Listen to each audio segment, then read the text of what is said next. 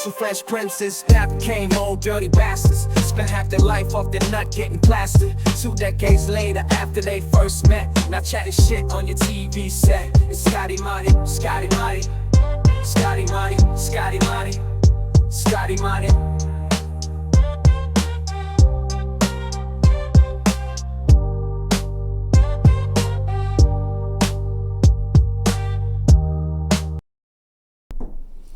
Welcome to a beginning of I was going to say special, but that makes it sound like a one-off. We're not. We're going to attempt to go through IMDB's top 100 films, and Jay and I are going to share our views on it. I'm going to let you guess where it is. Do you know where it is on IMDB before we start? I think, did you tell me? I said it's in the top 100. I didn't tell you where it was. Is it 30? It's not 30, no. Right, no, I don't know. Okay, no, he doesn't know. I don't know. Yeah, but obviously we're going to be talking about Pulp Fiction. If this is your first time watching Scotty and Motty, make sure you're subscribing and liking. Right, Jay, first time you watched Pulp Fiction, remember it? Yeah, vaguely. I was a kid, and I remember... You were a kid, so how old are you? It's 94 it came out. Yeah, I would have watched it, not at the cinema, but when it came out on DVD or whatever, or video, probably video back in those days. And I remember Reservoir Dogs was like one of the most talked about films when it came out, and it was banned. I think you couldn't really get hold of it, or you couldn't, like, it was on the cinema and then you couldn't get hold of it or when it was heavily edited. And then I managed to watch it and everyone was raving about Tarantino, everyone loved him.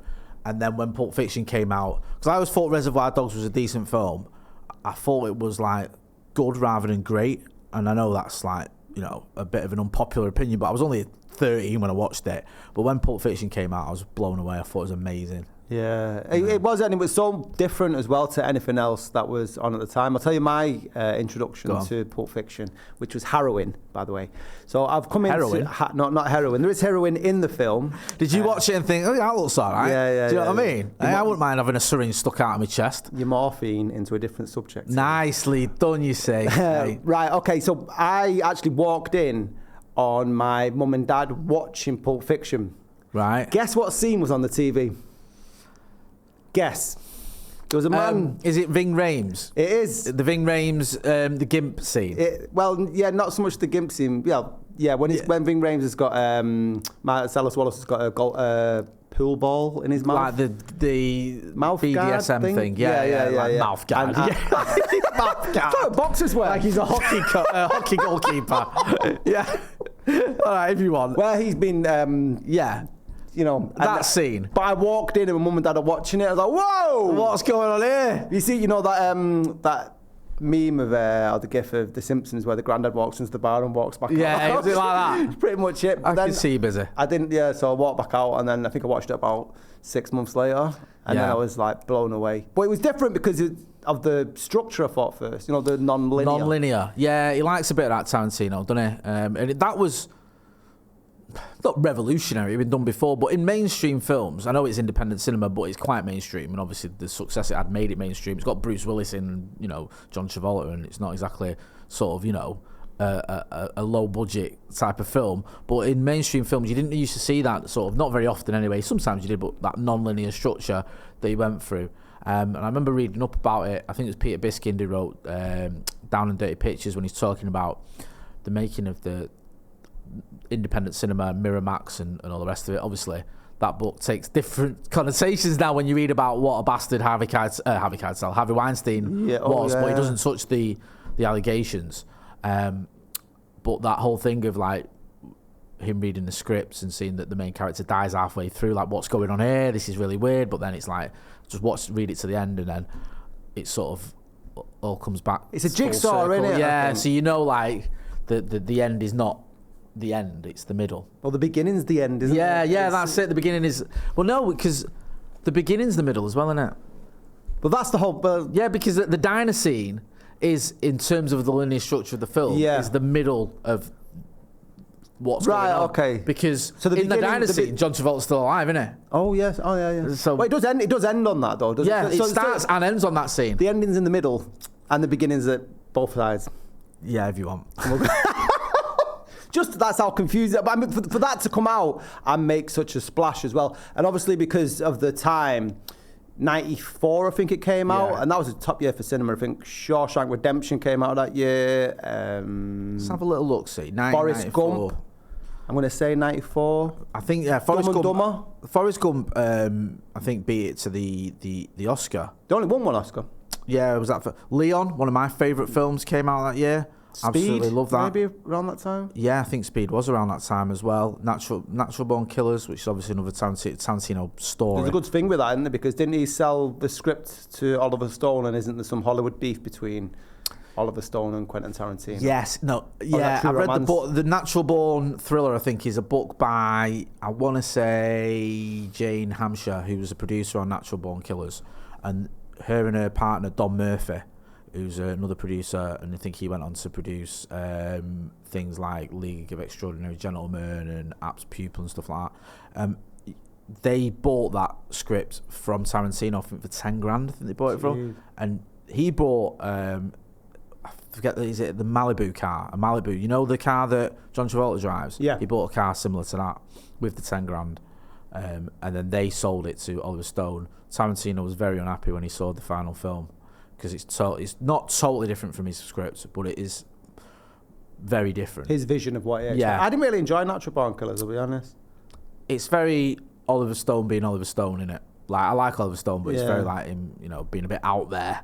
And I have read the script because Tarantino published all his scripts. Right. So Okay. Oh, he did. Yeah. yeah, so I remember reading it, and it's in his script, Mickey and Mallory and their parents or her parents are much more normal. Right. Okay. They're a much more normal family, for want of a better word, than they are in the film, where the dad's obviously a sex offender and the mum's an idiot, and you know, the way it's shot and the structure, and like there's the comedy show in the middle and everything, it's all a bit weird. Where it's a much more normal film, if you know, I keep saying the word normal, but it's not like this whole commentary on the media and everything that Right, it became. yeah. Do you know what I mean? So yeah, I can see why he was a bit miffed, but the thing, I always think, you know, if you sell a script, you sold it, haven't you? Yeah, it's true. Right. You can't really complain about it anymore, and you got a nice car out of it anyway, Quentin, so stop complaining. But you mentioned script there. I'm going to put myself out there and say maybe The Godfather is the only film that I can think of that's as quotable as Pulp Fiction. Okay. Do you not think, like, it's just inundated with brilliant lines, like, bad motherfucker. That's a tasty cheeseburger. Yeah, I get you. Yeah, I can Where's see the gimp sleeping? Yeah, I think there's certain aspects of that film that were brought into like the culture, like bring out the gimp, stuff like that, Yeah. and you know, foot massages don't mean shit, things like that. I get you. Yeah, I get your point. Yeah, there. it's like it properly seeped into the cult because we grew up, we were coming of age during the 90s and stuff like that. Pulp Fiction just seems synonymous with the time. I'd say the only thing similarly would be Trainspotting, maybe, which I think that came out year after. I think the book came out 96. I think the book came out 93, and then I think Right. Danny Boyle released Trainspotting in 96. You say? I think so. I remember working at Asda when it might have been 95, but Yeah. the DVD or the video came out in 96. I remember. Well, working they at were Asda. seen as groundbreaking cinema at the time, weren't yeah. they, on both sides of the Atlantic. But yeah, just the thing about Quentin Tarantino is that I always think his scripts shouldn't work because nobody talks in the way that they do. Do you know, that's a big criticism of him, isn't it? But don't you watch Quentin Tarantino films for that? It is good, and I always think like they're slightly cartoony, aren't they? Everything about him is, and by and large, I quite like Tarantino's film. I think there's a few that I've not been that keen on. I didn't like The Hateful Eight. I thought it was shite. I wasn't that mad on Death Proof. I thought it was all right. I didn't watch it all. Yeah. And I think I enjoyed Once Upon a Time in Hollywood. I the enjoyed previous that. one. I That enjoyed that. a lot of people. I went to the cinema with my brother. Actually, he hated it. Really? Goes, well, that was a waste of time, wasn't it? And I thought, what are you on about? It's beautiful. You know, I went with my missus, and I knew about the Tate Bianca murders. Yeah. And I'm thinking, fucking hell, the last acts of this film. The suspense when you know. Yeah, because I think, obviously, I expect what's coming. Yeah. And I think that Missus is going to struggle with this. It's going to be horrific. And I think I made a mistake here. But obviously, the ending was different than real life. I remember Mrs. saying that was well violent at the end of the film. You know, should have seen what really happened. That was toned down. Yeah, that was like a lot better than what I was expecting. Because I thought we were going to see, obviously, Sharon Tate, what happened to her in the film, but it didn't. So yeah, it was. I thought Inglourious Basterds was all right. I think there's been a few films with Quentin Tarantino where I think they're good films, but they're not like, oh my god. But he's definitely been a different voice, and it was an event, wasn't it, a Tarantino film for quite a while. Oh yeah, yeah. And it came out at the same time because let's not forget, I was watching, funnily enough, True Romance the other night. That was another one he wrote, because he wrote and directed Reservoir Dogs. He wrote True Romance. He wrote Natural Born Killers. And he wrote and directed Pulp Fiction. And all these films came out within like a 2.5 year period of each other. So it just felt like Tarantino films were everywhere. And it was all like non-linear, very violent, dialogue that you don't really hear anywhere else. So it was different. It was like a breath of fresh air for cinema. Because you're going through that stage as well of like, in the early 90s, there was Merchant Ivory, there was things like that. The British cinema, Danny Boyle era hadn't quite got going. I think there'd been Shallow Grave. You mentioned Train Spotting. It felt like, Well, you had like 4 Weddings and a Funeral. Yeah, I think that came out the same year. Yeah, as so this was something different. Yeah, you had a lot of sequels, as you often do with Hollywood. Big blockbuster sequels and stuff, and then some big blockbusters as well. But with Tarantino, it was something massive. It was a spectacle, wasn't it? It's like when we used to look forward to. Back in the day where you get one great boxing event per year, like the Holyfield and Tyson, and that's sort of the same sort of line as a Tarantino film, because films did seem to follow such a structure, a linear structure, and we're just, I don't know, Bruce Willis films type affair, Schwarzenegger and stuff like that. It's kind of insane that Bruce Willis is in this film. But he restarted so many careers, or offered a different sort of perspective on these actors. Like John Travolta couldn't really get a gig. What was he doing? Look Who's Talking before. Yeah, this. talking Babe movies. He'd obviously late 70s, early 80s. John Travolta was the guy. Grease, Urban Cowboy, Saturday Night Fever, absolutely smashing it. And then throughout the 80s, he had a lot of flops. Wasn't really, had become almost like not the forgotten man, but no longer the big box office draw, no longer the big star. And then Pulp Fiction put him straight back on the map. And you look at what went on as well with that film, where John Travolta's probably the main man in it, but it's more of an ensemble in it. Because I was going to say, who is the lead actor in that film? Samuel L. Jackson's probably got as many scenes as John Travolta, and probably not quite, but not that far off. Obviously, John Travolta's got the extra bit with Uma Thurman. Bruce Willis is in it, but he's not the main guy. You've got loads of different actors, like Ving Rhames is in it, obviously, like I mentioned. Tim Roth's in it, all these actors, Harvey Keitel. So it does feel like you've got some of the Eric Stoltz top actors and stars that probably weren't quite stars at the time. I know Travolta and Bruce Willis were, but stars that would go on to much bigger things. Like Uma Thurman became a superstar really off the back. He credits her as being his muse quite a lot, doesn't he? Yeah, and they've had a bit of a rocky relationship then. Were they going out with each other? No, they fell out over. There was something about where Part 2. He was supposed to be quite aggressive. Or I don't know if you've seen the footage where the footage of it. She injured herself in a car crash scene, and she sort of blamed him for not taking safety precautions and basically treating her like a bit of a knobhead. And they fell out for about a decade, I think. But I think they've recently made up. She was quite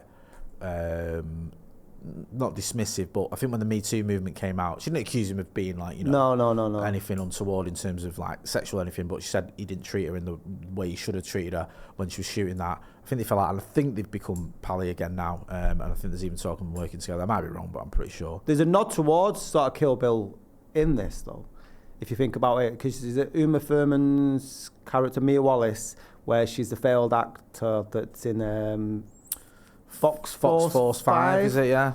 And if you think about it, that's like an assassin group. And then if she goes on to do Kill Bill, who was once upon a time, I've seen that, the bride and stuff like that. Here's a question then: Go on. What's in the briefcase? It's a good question. That you made some notes here, and it's a good point. That it's. Do you think he knew? It's a bit of a MacGuffin in it, the briefcase. You got to expand on MacGuffin. Hitchcock was famous for MacGuffin. A MacGuffin is something that drives the plot without actually being meaningful itself. Like, it can be anything. It can be, in Hitchcock films, a MacGuffin would be like, the secret code they're trying to find, or a list. So it's like a plot device. Yeah, so it drives the characters forward. So in this, it's the briefcase. Right, they're trying to get it. They're trying to keep hold of it. They're trying to get it back to the boss. So it's driving them forward. It's called a MacGuffin. They call it. It sounds too much like a burger. I'm pretty sure it's called a MacGuffin. I think it was a MacGuffin. Yeah, is a plot device in fiction that's necessary part of the story, but is not important or relevant in itself. And I think it was popularised by the Hitchcock, who coined it. So things like in Citizen Kane, Rosebud is a MacGuffin. The briefcase, it lists here in Pulp Fiction. So there's a reason for these characters to do something. Is this briefcase? But it's almost, it could be anything. Yeah, it could be a bag of drugs. It could be gold. It could be diamonds. It could be the nuclear codes. It doesn't matter what it is. Yeah. It's just a reason for these people to do what they're doing. So it's like the opposite of, do you know what Chekhov's gun is? No, go on, explain that So to me. Chekhov's gun is a literary device or technique. Said, if you've got a gun in a scene, it needs to be used. Otherwise, so when you're describing a scene like there's a lamp in it, it needs to have some sort of association with the plot. Otherwise, get rid of it. Right, I like that. Yeah, very similar. But you make reference to Hitchcock there. What's made, I think he does it quite a lot in his films, but Pulp Fiction in particular, it's timeless because it's not of an age. Even though it was released in 94, he does make nods back to the likes of Hitchcock with the MacGuffin, but also the 50s films and stuff that look very James Deanish. Yeah. Did you know he's not a fan of Hitchcock? He's not. I saw an interview with Tarantino. He was mad that he mentioned that. His interviews, though. Yeah, but he says about Hitchcock, and he said it's not they don't like Hitchcock, respect him. He says the problem with Hitchcock is he's very much director of his time, and a part of his time was the Hays Code. So, and obviously that's like the opposite of Tarantino, where in the Hays Code, the baddie has to get his comeuppance. You can't profit from being a criminal. So you watch a lot of Hitchcock films, Psycho, without plot spoiler, the psycho gets caught. And he mentions the film Suspicion as being a way that Hitchcock sort of got around it, because in Suspicion, have you ever seen it with Cary Grant? No. I want to say John Fontaine, I might be wrong. And basically, she thinks her husband's trying to kill her, Suspicion. And there's all these instances where you don't know, as the viewer, is he trying to kill her, or is she just being paranoid? And in the end, I think they end up on the White Cliffs of Dover or somewhere, and she thinks he's going to try and throw her off. And in the end, he sort of explains out it's all in her head, and he's not, and he loves her and all that. And you think, okay, he's not trying to kill her, she's just lost the plot. And then as they're driving off, he sort of puts his arm around her in a way that makes you think. Oh, so that was like, yeah, that was what Tarantino mentioned. He said like that was Hitchcock's way of getting around it, because I think part of the Hays Code was you can't show criminals or people, baddies, winning. Do you know what I mean? Like, if someone does a bank robbery, eventually they get shot or caught. And if you watch all those old gangster films from the 50s and 60s... Oh, yeah, like Angels with Dirty Faces, Cary Grant, where, they never get away with it, do they? No. They never get, like, they rob the bank, they kill the cops, and they end up, sunning it up on the beach. They always end up getting shot or imprisoned. Yeah. And I think Tarantino makes that point that undermined Hitchcock a lot. But he still respects him, obviously. I just don't think he's as big a fan of Hitchcock as he is of other directors. Like I think he's a big De Palma fan and people like that. Sergio Leone as well, spaghetti westerns. Yeah, people like that, a bit more violent, a bit more, because I think De Palma was a massive Hitchcock fan, and Tarantino was a massive De Palma fan. So there is a line there. Yeah. You mentioned here in your notes, and I think it's a good point, music. Phenomenal soundtrack. I remember as a kid, is it Urge Overkill? You'll Be a Woman Girl, Soon. You'll Be a Woman Yeah, Soon. I remember hearing that one. Dusty Springfield, obviously, son of a preacher man.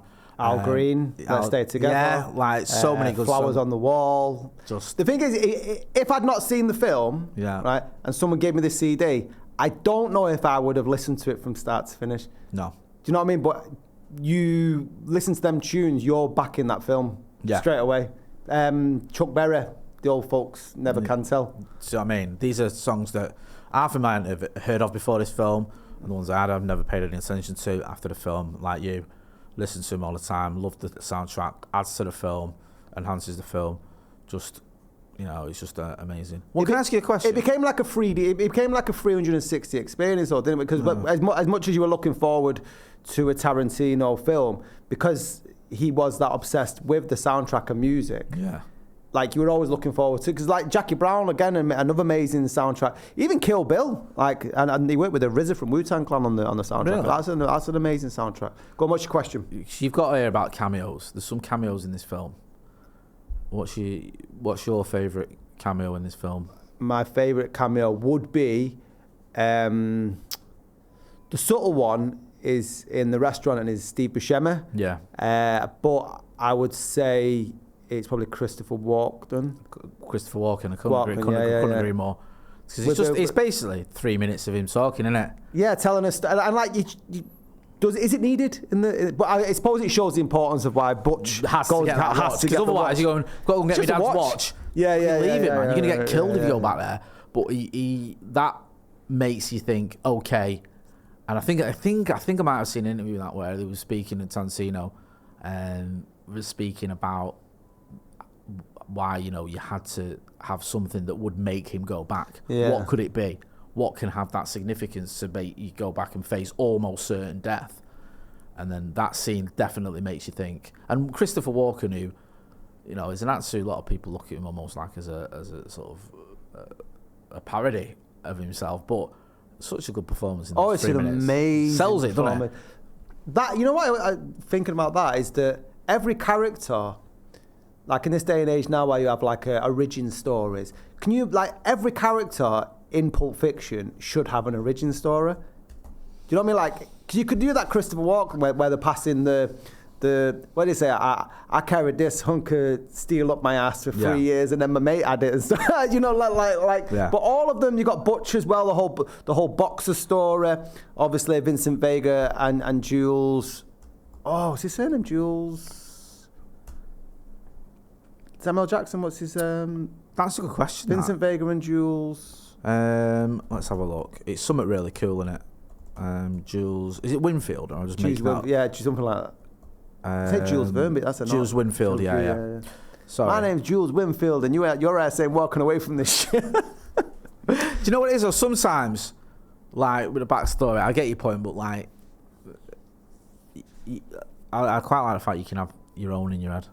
Well, it's like the MacGuffin, isn't it? Yeah. Right. Yeah. Because there was talk one that was it that John Travolta and Michael Madsen are the Vegas brothers. Yes. Yeah. From Reservoir Dogs. I think it's Vic and Vincent in it. Well, was there a script that was half written because there was supposed to be there's supposed to be a film before this. Yeah. That was just going to be Vincent Vega. But then they got too old. But then there was even talk of Michael Madsen playing. I think he was his first choice for Vincent Vega. Well, Daniel Day-Lewis was one of his first choices, which would have been an amazing bit of casting.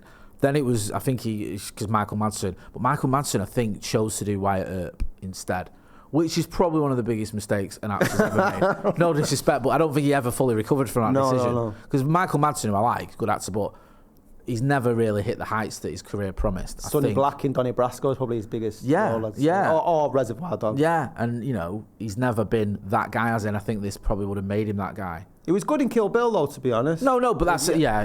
He never. He never became a name above the title. Lead actor, did it? Oh. And I'm not taking anything away from Travolta. I think Travolta probably. No probably about it made Pulp Fiction what it was. The fact that there's this, not just this fact his performance is fantastic, but also that whole narrative of this is his redemption. This is John Travolta, who's made the Talking Baby movies, who's made some absolute garbage. If you watch some of the mid-80s films of John Travolta, I watched a film called The Experts, which is genuinely one of the worst films I've ever seen in my life. And I think the sequel to Saturday Night Fever, Staying Alive, was trash as well. But he's mint in this, and this is mint, and it's so different from what he'd been doing. Do you know what I mean? Yeah. And he made it for a few years after this as well. John Travolta made it work for him, and now he's gone at the fucking dogs on it. Let's have it right. He did go like Scientology, and he did quite a lot of. He's always been quite heavily on Scientology, which is by Tom Cruise is Scientologist, and he's had a very successful. No, but didn't he do films around? Oh, he did Battlefield Earth, which is like the L. Ron Hubbard sort of theory of life or whatever, which absolutely flops. But shocking that. Yeah. He did. He was great in Primary Colours, which is basically Bill Clinton. Yeah, he was great in Get Shorty. I thought that was very good. I thought White Man's Burden, which is a very underrated film, him and Harry Belafonte. So there's a lot of good films there with John Travolta. But then post about 2004 or whatever, he just seems to be shit after shit. And I'm not trying to be horrible, but some of the films, Domestic Disturbance and What else was there? Even the remake of The Making of Oh, I Panama tell you, 3. I saw a terrible the Gotti biopic with. Oh, that's one of the worst films. That's I've got ever 0 seen. on Rotten Is it? Tomatoes. That's one of the worst films I've ever seen. In How my can life. you take a topic like John Gotti and get it so fucking wrong? I know it is absolutely atrocious. One criticism that Tarantino seems to get, and it's usually vocalized by Spike Lee, it's by his overuse on a racial slur The N-word. in part of his scripts. Samuel L. Jackson did an interview recently where it was put to him, what do you think of like the allegations about Quentin Tarantino being racist because of his want of using that word? And Samuel L. Jackson said, well, if you look at it, nearly every single film that I've been in for Quentin Tarantino, I've been the lead character. Yeah. Like, what sort of racist would put a black man, you know, no, front and center? Like, or if he's not the lead role, he's certainly got the coolest role. He doesn't sort of, if you were that way inclined, you probably would be a little more, I don't know, brutal with your representation of black people. Could you rather get away than, with that though? Could you use that language and not have black people represented in your films? Would that not make it a complete? No, he'd have to use it. What I'm saying to you is as part of the script. Yeah. If he really didn't, like, you know, if Do you he know had any what? sort of, It never bothered me that much until I thought it was OTT and The Hateful Eight. but I felt that was a response. Do you reckon? I felt like he's behind his typewriter. I imagine he still writes from the typewriter. Yeah, he probably does. Yeah, in the Hollywood Hills there. Yeah. I don't think he does like, and people have to go around his house to read the script, don't they? Yeah, He has one he copy. don't like phones or anything Yeah, he like has one that. copy Morris and is a lot like that. Oh God. Where were we up to? The N word. Oh, the Hateful Eight and stuff. Yeah, because I think that might have been like, they were going back and forth between Spike Lee and that, and I think he might have been having a few whiskies and maybe a joint, and he's going, all right, well, I'll show you, Spike. How many times do you reckon I can get this? I think it's a terrible film, though. It is a terrible film, and I think that that's the one where I really noticed the N word. Yeah. It just seemed It's like overkill, isn't it? overkill Yeah. and pointless, and also, I think. What's your perspective on a white writer using that language? I think you got to be careful of sort of stopping people from writing because of the If you're race. writing for a character. If you're writing for a character and that character uses that word and it's true to that character, then I'm all for it. I think you just got to be careful that you don't overdo it. And I think if you're doing it to get back at Spike Lee, then that's the wrong reason. Yeah, of course. But if you're doing it because this is the character and this is how they talk. In Reservoir Dogs, when they use the N-word, you can fully imagine those people using the N-word. Yeah. A bunch of white bank robbers, they're not going to be exactly racially sensitive. Do you know what I mean? Racially aware, sorry. Yeah. Do you know what I mean? African Americans. Yeah. You lot are acting like a bunch of African Americans here. They're not going to use that language. It sounds untrue. I get it. Somebody should do that, you know, like make a woke version of Reservoir Dogs. Yeah. Here's a politically correct dogs. Reservoir Canines.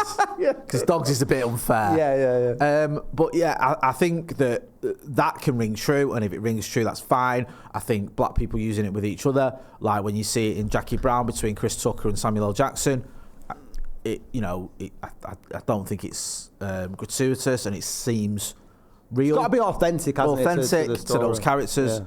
Just with The Hateful Eight, it felt. That's the first one I've noticed where I went. Yeah. And also, you know, when it's not necessary, he doesn't do it. I don't think he used it once in Once Upon a Time in Hollywood. Not that I'm aware of. I think there's a reference to Mexicans. Yeah, I think the Brad Pitt character is a little bit racist, isn't he? You can tell his attitude, but I don't think there is. I'm not saying you get brownie points for not using the N-word in one of your films. Yeah. Well done. Well done. You went 2 hours without using Imagine it. the studio when he walked back. Well done, Quentin. Yeah, well that done. one. That's amazing. But he obviously he didn't feel any of the characters would have used it. And I don't know. I might be misremembering, but I don't think there's any black characters. I know it's not all black people that use that word, but it wasn't used in that film. Nor should it have been by any stretch. Choose a favourite character from Pulp Fiction. You were saying that they've all, like, you can imagine a backstory for all of them. If you could choose one character that you'd like a backstory for, or one that you enjoyed the story of in the film the most. It's a really good question, that.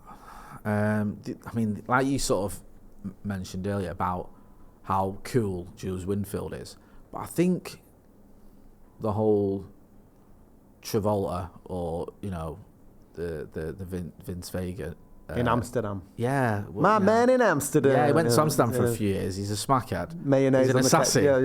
He's got a lot going on. And it's the little things in Pulp Fiction. Like, I like when he's annoyed by the bartender and then Bruce Willis comes over, so he starts staring at him. Well, you're looking at trying to pick a fight with him. Do you know what I mean? Little things like, I think he'd be a really interesting one to see what went on. Saying that, Marcellus Wallace, how did he become such a, Remember the rumour of the plaster on the back of the neck? Yeah. About that. But the briefcase is supposedly the soul of Marcellus Wallace. Yeah. And the reason he's got a plaster on the back of his neck isn't because he's clumsy like you and he's shaving his dome. Yeah. It's because that's where in the Egyptian times they believe the soul was taken or extracted from there. But the truth is because he's clumsy like me. Yeah, of course. Yeah, that's like... Actually, I've never seen you. You could do that, couldn't I've you? done it. Have you? I did it on Paddock once when I cut my head. And I had a plaster on the back of my head. And I left it on because I thought it won't show on camera. And then I pointed it out and I said, this is me doing my Marcellus Wallace impression. Because I did exactly what Ving Rhames did. I cut myself and it wouldn't stop bleeding. So I stuck a plaster on it. I think Ving Rhames has said he went to take it off and Tarantino said, nah, leave it on. Mine was a lot smaller, but it was one of those little annoying cuts that just doesn't stop. Are you on the internet there? Yeah. Yeah. So I think, was Pulp Fiction the first time that heroin use was sort of seen as being like a true representation of it, or was that Train Spotting? Because before then, because when you obviously like shooting heroin, it's not as straightforward as just injecting it into your arm. You have to put some blood back into the needle. Yeah. And I think that was the first time seen in Pulp Fiction. Yeah, I think you're right. Or it was Train Spotting. Yeah. Train Spotting is 96 though. Yeah. So you saw it. Yeah, where I forget what they used to mix it with. It's been a while since I've discussed. But that's a great scene, isn't it? Like you want me to where he's got to give Uma Thurman, Mia Wallace the adrenaline shot, and he goes, "You want me to hit her 3 times?" 3 times? No, I don't need you to hit her 3 fucking times. Yeah, stab her 3 times. Okay, bro. She like it's just so the writing is so tight. Yeah, it's just so tight. I love it when they're arguing. Because when I turn up at your house with a dead junkie, I'll do this. That's a good, yeah. Yeah, well, in the meantime, you can do it. I wanted to go back to Which one's Trudy's one with all the shit on her face? No, that's not my wife. That's mad, That's the girl out of The Commitments, isn't it? Yeah. Not Rosanna Arquette, obviously the other one.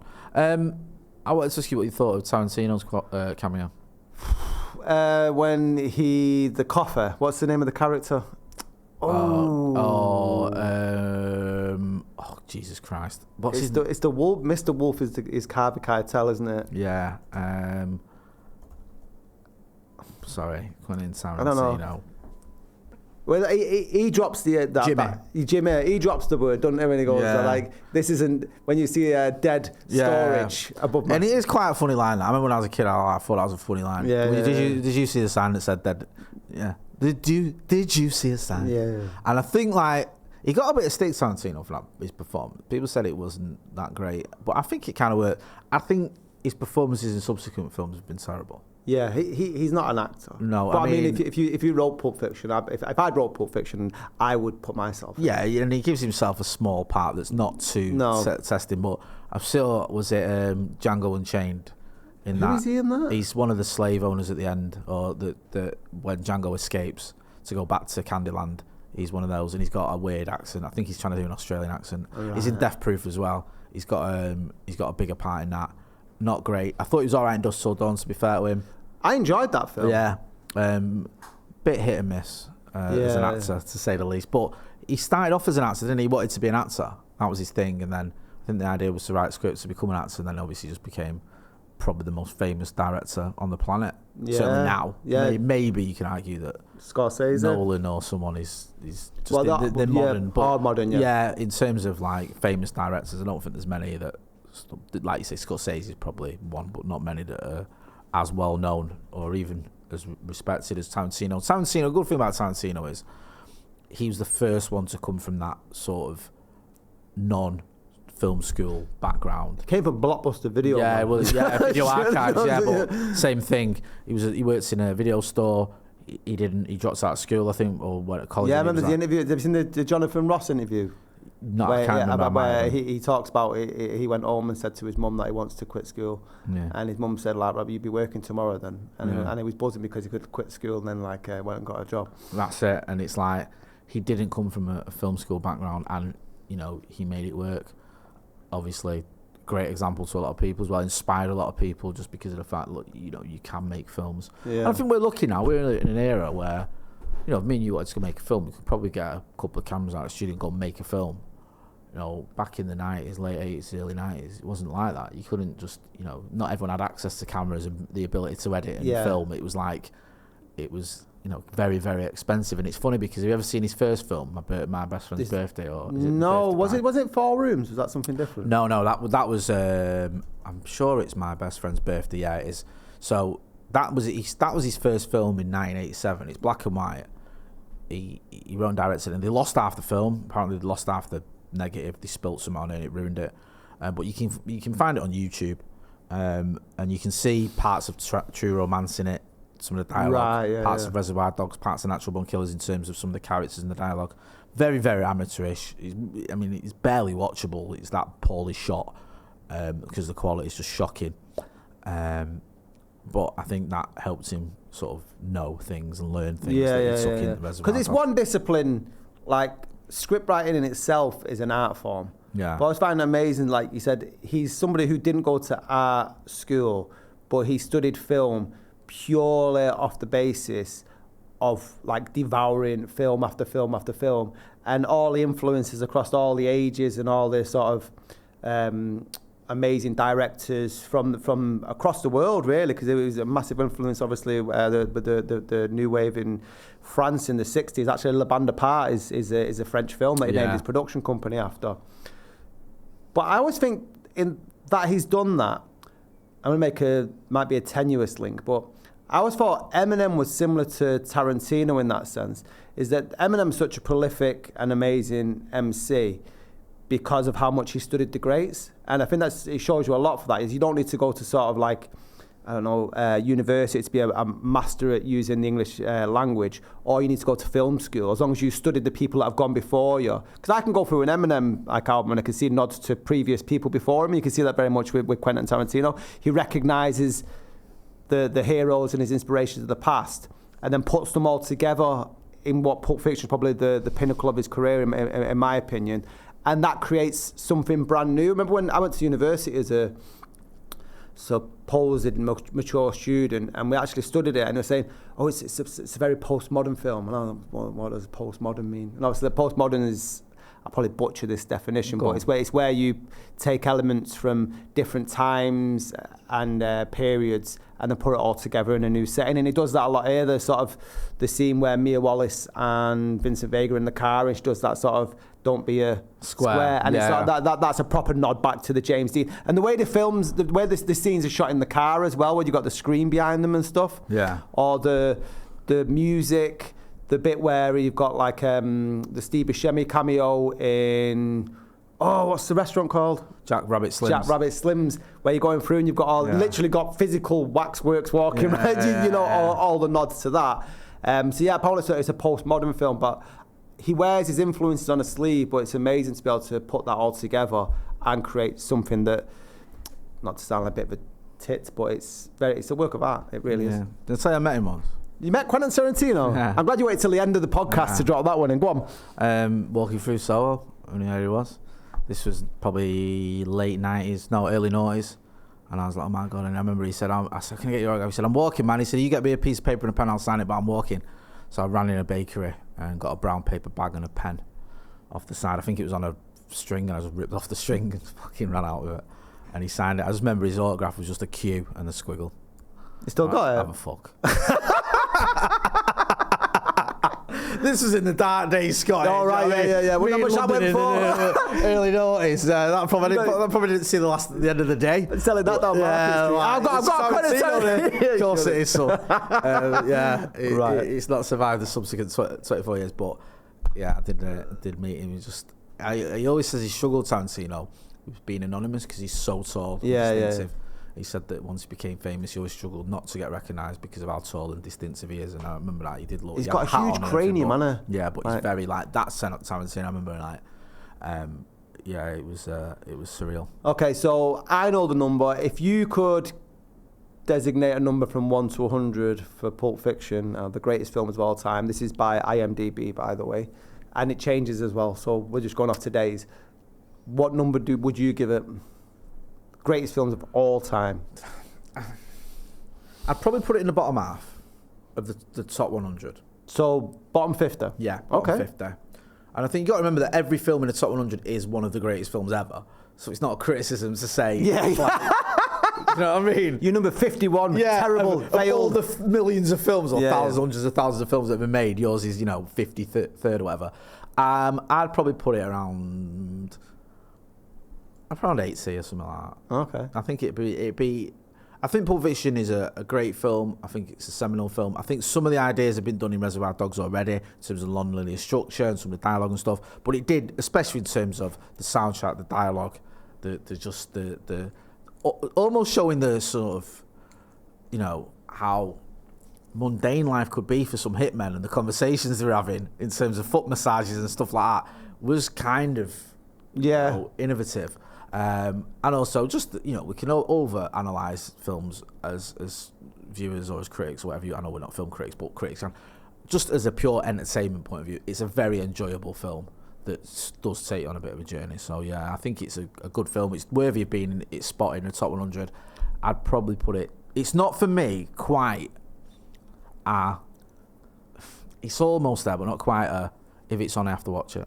See, I do. Fair enough. It's almost It used to there. be my go-to before, because I only got to The Godfather late, and we'll talk about that another time. But Pulp Fiction on DVD, whenever I'd come home and I'd not had a success in the nightclubs, I'd just come home, and Pulp Fiction would always be on, always be on. And remember we used to have like DVDs, and then it go back to the menu, and it just play, repeat. So it's like the old folks can tell us stuff like that. But number 8 it is on IMDb. Number 8? Today's the 17th of October, and it's number 8. I've done it a disservice and I had it 80. Yeah. Jesus Christ. So I know Tarantino as well, like a lot of people our age and a bit younger love him, and a lot of his films do get revered. Yeah. I remember when I was work experience at Empire, and one of the guys that worked there said Tarantino is just God in here. He had different tastes. He liked like French horror cinema and stuff like that. He was a great guy, but he wasn't like everyone else. He said in here it's either Star Wars, Tarantino, or Lord of the Rings. That's the holy trinity of films for this lot. Where are you in that trinity? If you could choose, it'd be Tarantino. Tarantino. He's one of my favourite directors. Still. Yeah. Even when he misses, there's some value in his films. Yeah. It's never a complete write-off. No. I don't know. The Hateful Eight was shocking. That's it. The only thing that maybe saved it is that it was visually good. His cinematographer. In fact, I think the best one that he's done on that is Inglourious Bastards, and amazing. Christopher Waltz performance in that is sensational. Good. I really enjoyed that. That's so unnerving. Where he says, when he realises where they are, he tells him he knows where they are in that first scene. Oh my God! On the friendly. And he goes, they're hiding under the floorboards, aren't they? Speak English. Yeah. And then he's like, and you think, oh my God, he's fucking realised, he knows what's going on, and like you realise as well. Like obviously, I think you already know, but then it's like, oh my God, he's realised, and he's gone from this like almost comical character to the vicious Nazi, the bastard that he is. He was supposed to be doing a Star Trek. I know he was due to finish, but he was supposed to do a Star Trek film, wasn't he? But I think he cancelled it. Who? Quentin Tarantino. Really? He's always wanted to write a Star Trek film, and there was rumours that he was going to have to go. There's more. I don't more want to life than that. So. I don't want to see Quentin Tarantino. I wouldn't say it. I don't think I've watched a Star Trek film ever. Well, no, I have, but I think Wrath of Khan was where it peaked. Yeah. Enough of that. Right, I've been Scotty, that's been Motty. Let me know your views on Pulp Fiction and Quentin Tarantino. Do you think it deserves 8th place on IMDb's top 100 films? Make sure you're subscribing and liking and getting involved in the comments. That's been Motty. I've been Scotty. And what's the quote from Pulp Fiction we can use to sign out with? Foot massages don't mean shit. I'm the foot fucking master.